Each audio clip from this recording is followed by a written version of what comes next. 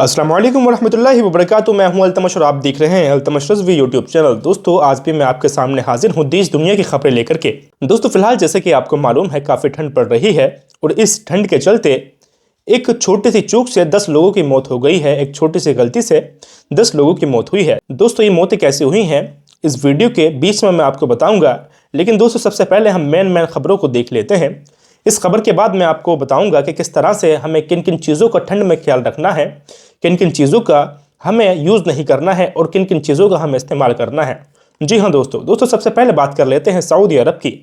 दोस्तों मैं आपको बता दूं हमारे हिंदुस्तान की मीडिया गोदी मीडिया एक खबर बहुत तेज़ी से चला रही है, जहां पर वो थंबनेल्स में दिखा रहे हैं, खासकर जी न्यूज़ और भी बड़ी बड़ी न्यूज़ कंपनियां जो गोदी मानी जाती हैं, गोदी मीडिया मानी जाती हैं, वो खबर चला रही हैं कि सऊदी अरब में पानी भर गया है और ख़ासकर मक्का मदीना डूब गए हैं।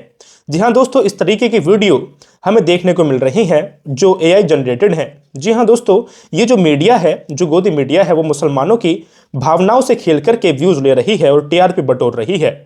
दोस्तों मैं आपको बता दूं ऐसी कोई भी खबर पर आप यकीन ना करिएगा। जो मदीना की और जो मक्का की जो आपके सामने वीडियोज़ आ रही हैं वो सरासर गलत हैं। दोस्तों कुछ वीडियोज़ ऐसे भी आ रही हैं जहां पर पानी बहता हुआ दिख रहा है, कारें बहती हुई दिख रही हैं। हाँ, वो वीडियो तो सच है। जब अरब में बारिश पड़ती है तो पहले तो वहाँ ज़्यादा बारिश नहीं पड़ती, और बारिश पड़ती भी है तो वहाँ की सड़कों पर पानी भर जाता है और जो कारें हैं वो बहने लगती हैं। लेकिन दोस्तों आपने कुछ वीडियोस ऐसी भी देखी होंगी जहां मीडिया ये कह रही है कि देखो लोग अपने गुनाहों की तौबा कैसे कर रहे हैं। दोस्तों जब अरब में बारिश पड़ती है तो कुछ वीडियोस ऐसी आती हैं जहां पर लोग सुभान अल्लाह माशा अल्लाह कह रहे होते हैं, तो मीडिया उसी चीज़ को दिखा करके कह रही है देखो ये लोग अपने गुनाहों की तौबा कर रहे हैं, और ये लोग जैसे ही अपने गुनाहों की तौबा करते हैं वैसे ही डूब जा रहे हैं। इस तरह से इतना झूठ मीडिया बांध रही है। जी हाँ दोस्तों, खासकर अरब को लेकर के। अब दोस्तों आपको मालूम है मुसलमानों की भावनाएं किस तरह से मक्का मदीना से जुड़ी हुई हैं। मुसलमानों की भावनाओं से खेलते हुए मीडिया व्यूज बटोर रही है, मीडिया TRP बटोर रही है।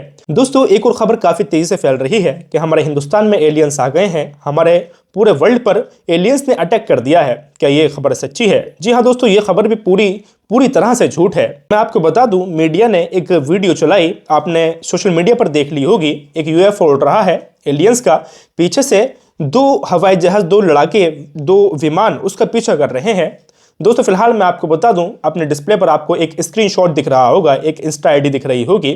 ये जो अकाउंट है ये लगातार ऐसे वीडियोस को डालता है। जो वीडियो जैसलमेर की बताई जा रही थी कि जैसलमेर में एलियंस आ गए हैं, लेकिन ये सब बिल्कुल सरासर झूठ है। ये जो पेज है फिलहाल अपने डिस्प्ले पर जो आपको दिख रहा है इंस्टा पेज है, इस पेज पर लगातार इस तरह की वीडियो डाली जाती हैं और ये AI जनरेटेड है। और AI जनरेटेड वीडियोस को यूज़ करके मीडिया किस तरह से आपको झूठ दिखा रहा है, जिस तरह से मीडिया ने HMPV वायरस के बारे में झूठ फैलाया।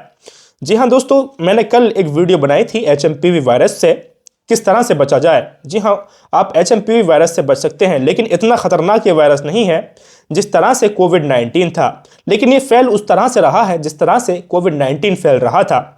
जी हाँ दोस्तों, लेकिन मीडिया ने किस तरह से उसे दिखाया, किस तरह से बॉलीवुड हॉलीवुड की क्लिप्स यूज़ करके मीडिया ने आपके सामने पेश की और आपसे झूठ बोला कि किस तरह से देखो HMPV वायरस से लोग मर रहे हैं। दोस्तों आइए चलते हैं अगली खबर की तरफ। दोस्तों फिलहाल मैं आपको बता दूं सीरिया के अंदर तुर्की और इजराइल आमने सामने हैं। ये फिलहाल इनकी नज़रों में सीरिया है कि सीरिया को किस तरह से घेरा जाए, सीरिया पे किस तरह से कब्जा कर दिया जाए।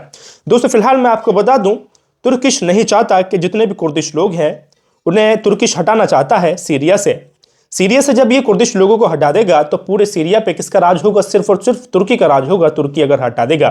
लेकिन दोस्तों मैं आपको बता दूं फिलहाल कुर्दिश लोगों को इजराइल का पूरा समर्थन मिल गया है। पूरे समर्थन के साथ इजराइल इन्हें हथियार भी दे रहा है, इन्हें गन्स भी दे रहा है कि जाओ तुम तुर्की को यहाँ से भगा दो। फिलहाल तुर्की और इजराइल आमने सामने है, ये ज़बानी लड़ाई फिलहाल लड़ रहे हैं, लेकिन इनमें इतनी हिम्मत नहीं है कि ये हथियारों से लड़ाई लड़ सकें। ये एक दूसरे को डरा करके सीरिया से हटाना चाहते हैं। तो फिलहाल मैं आपको बता दूं तुर्की और इजराइल आमने सामने हैं और इन दोनों की नज़र सीधे सीधे सीरिया पे है।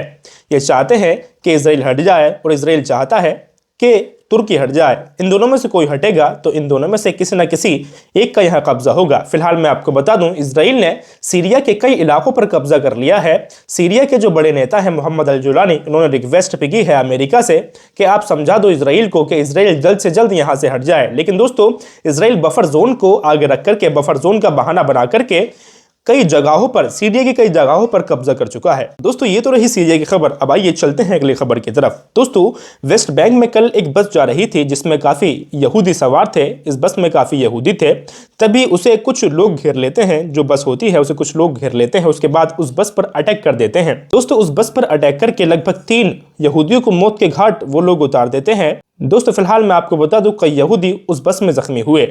दोस्तों फिलहाल बेंजामिन नेतन्याहू की तरफ से एक स्टेटमेंट आया है। बेंजामिन नेतन्याहू की सरकार की तरफ से एक स्टेटमेंट आया है। दोस्तों बेंजामिन नेतन्याहू की सरकार ने कहा है कि जिसने भी ये हरकत की है, जिस भी शख्स ने ये हरकत की है, जिसने भी यहूदियों पर हमला किया है, यहूदियों की बस पर हमला किया है वेस्ट बैंक में, उसका बदला हम लेकर के रहेंगे। जी हां दोस्तों, ये कहा है बेंजामिन नेतन्याहू की सरकार ने। अभी पूरी तरह से पता नहीं लगा है कि इस बस पर किसने हमला किया है। दोस्तों भाई चलते हैं अगली खबर की तरफ। दोस्तों हमास इजराइल के बंदों को छोड़ने पर राजी हो गया है, लेकिन दोस्तों हमास ने एक शर्त भी रखी है। हमास ने कहा है कि मैं तुम्हारे 34 बंधक छोड़ूंगा और 34 बंधकों के बदले, यानी एक बंधक के बदले तुम्हें हमारे 50 बंधक छोड़ने होंगे। जी हाँ दोस्तों, ये शर्त रखी है हमास ने। लेकिन दोस्तों इजराइल को कुछ भी फर्क नहीं पड़ा है। इजराइल ने अभी तक कोई भी रिप्लाई नहीं दिया है हमास को। लेकिन हमास ने कह दिया है कि हम तुम्हारे बंधक छोड़ने को तैयार हैं, लेकिन तुम्हें एक बंधक के बदले 50 देने होंगे।